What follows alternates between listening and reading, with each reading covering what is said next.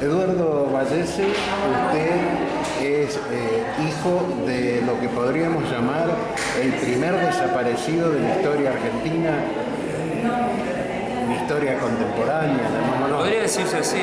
Mi padre fue el primer desaparecido de la Juventud Peronista en el año 1962, el 23 de agosto, en donde él perteneció a la Juventud Peronista, fue uno de los fundadores de la Juventud Peronista, estaba dentro de la Resistencia, también era delegado y gremialista de la Unión Obrera Metalúrgica, en donde él trabajaba en una fábrica que se llamaba TEA, en el barrio de Flores. Él nació en Flores y entonces él ahí tenía todo su trabajo, su militancia. Los compañeros de él fueron Pocho Rearte, Alberto Rearte, Jorge de Rulli, Héctor Espina, Carlos Laforgue, Cacho Embar el Cadri. O sea, compañeros que en aquel momento se estaban juntando debido a la situación, al contexto político que sucedía en esa época. La dictadura militar. La dictadura militar después de Aramburu, Rojas. Mi padre es desaparecido en el año 1962, ya sea por ser peronista, por ser militante, por ser delegado de la Unión Obrera, por defender lo que era el movimiento nacional y popular del peronismo, que en aquella época estaba prohibido. En aquella época no se podía mencionar Evita, no se podía mencionar a Perón, no se podían abrazar los símbolos del peronismo y del justicialismo. Y mi viejo fue detenido por eso y después fue desaparecido. Yo en esa época tenía 3 años, no conocía a mi madre, no sé quién es mi madre, es también una búsqueda más que estoy haciendo. Fue un amor de jóvenes, él tenía 17 años, ya tenía unos 15 años, después él fue papá a los 18, ella ya con 16, pero él tuvo que ir a reclamarme a la casa de quien era su novia, que había quedado embarazada, y me retiró de esa casa con discusiones, con peleas hacia el padre de ella, no ella. Y después él perdió rastro de quién fue no solamente su mujer, sino quién fue la madre de su hijo.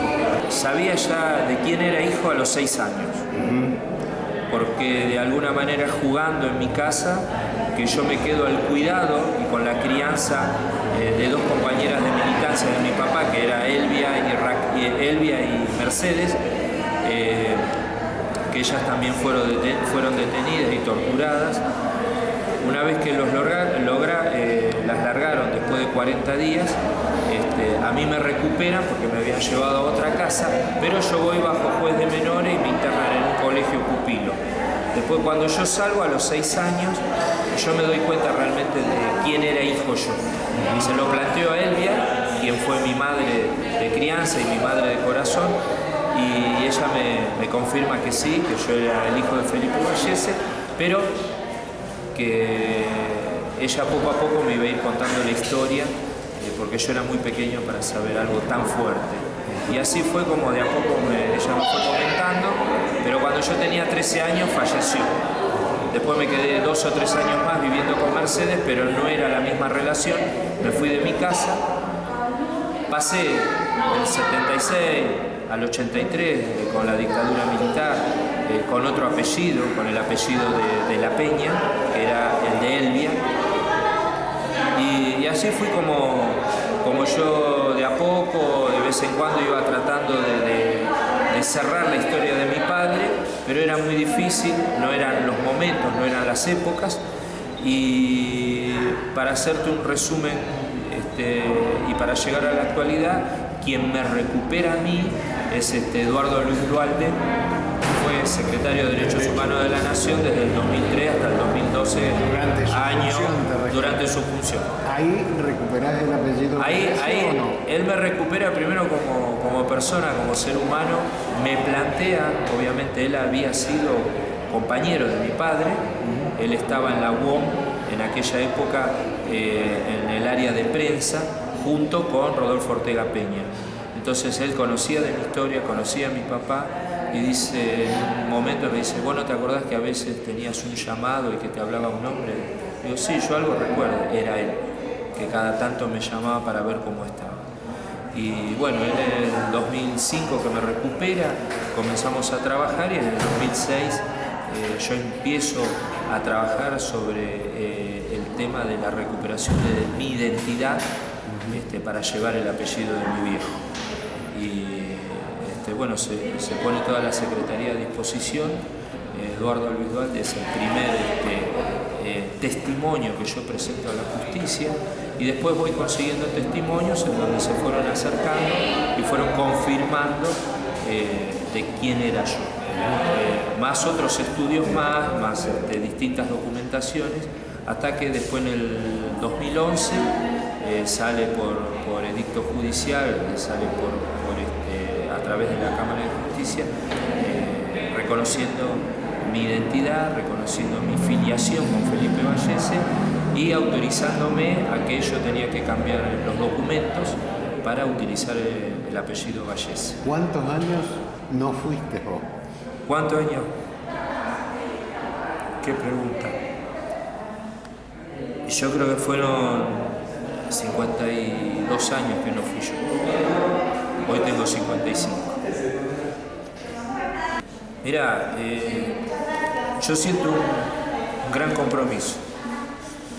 Un gran compromiso en tratar de transmitir no solamente mi experiencia, mis vivencias, sino de aquellos jóvenes que a veces están confundidos con su identidad, en donde yo les quiero transmitir qué es lo que deberían hacer, cómo se deberían manejar. Por supuesto que cada ser humano es un mundo aparte, es un tema muy delicado, pero tampoco uno se puede encerrar en sí mismo y por el hecho que yo haya solucionado lo mío, ya no dedicarme más, a todo lo contrario. Es salir al campo de batalla, salir al terreno y tratar de esta experiencia, transmitirla y dejar un legado. Y no solamente dejar el legado, sino de tratar de apuntalar la política del derecho a la identidad. Entonces ese es el gran compromiso que yo tengo con la sociedad, con todos aquellos compañeros, compañeras que estén confundidos. Y de ahí que yo, en más de un colegio secundario, tanto en Capital Federal como en la provincia de Buenos Aires, a veces doy charlas, no solamente con mi experiencia, sino también qué es la Secretaría de Derechos Humanos, a qué se dedica. Porque todavía hay una cierta confusión que cuando a veces dicen derechos humanos, el que no conoce, lo primero que dice, derechos humanos, solamente ven a los desaparecidos, a los detenidos. No, es amplio. El tener un derecho humano significa dignidad, significa techo, significa trabajo, significa educación, significa formación, significa acción social, salud, divertimento, un montón de cosas. Entonces hay que transmitir todo eso.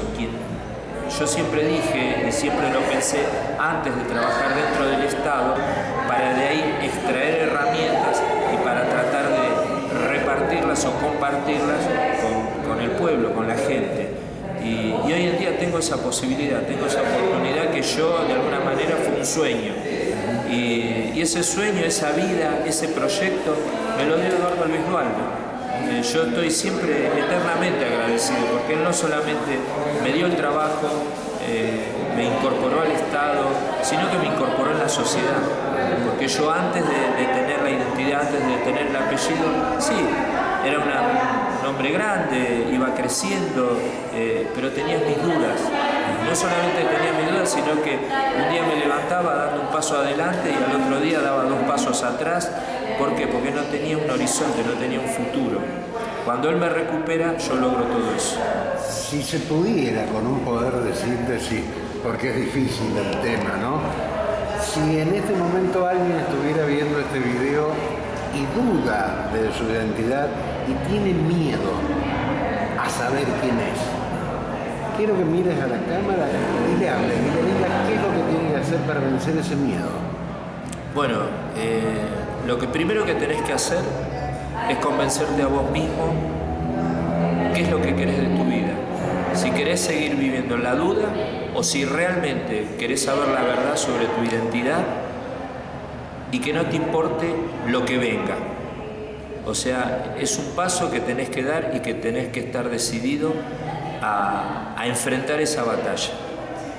Si dudas, si tenés temores, es porque todavía no estás preparado. Ahora, cuando realmente estás preparado, cuando realmente algo dentro tuyo se rompe como un vaso de cristal que se cae al piso y que después por más que le pongas el mejor pegamento ya no es lo mismo, entonces cuando se rompe eso dentro tuyo, ahí es cuando vos estás decidido y salís realmente a averiguar quién sos. Porque después sucede, uno va creciendo y cuando llegas a una edad, ya de la tercera edad, que sos una persona muy mayor, ya es tarde. Pienso yo, ¿no? Humildemente, ya es tarde. ¿Por qué?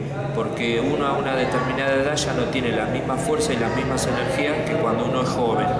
Tampoco a lo mejor siendo muy joven, sino que tenés que tener una edad media. Es como que el ser humano es como un fruto.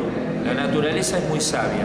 El fruto va creciendo a través de una semillita, va creciendo, vos lo ves que está verde y después va madurando y después llega un momento que cuando cae solo del árbol y que cae al piso, ese es el momento de maduración exacto. Pero tampoco dejar ese fruto en el piso tirado durante varios días porque después se termina pudriéndose. Entonces uno tiene que tener la suficiente capacidad para conocerse a sí mismo, de saber cuándo es el momento de romper con eso. Si no, lamentablemente, te morís con esa duda, si lo podías hacer o no lo podías hacer. Tenés hoy un montón de herramientas para acercarte a la Secretaría de Derechos Humanos, a abuelas de Plaza de Mayo, a madres de Plaza de Mayo, e inclusive tenés a este compañero que te puede transmitir toda la experiencia y todas las vivencias que he pasado.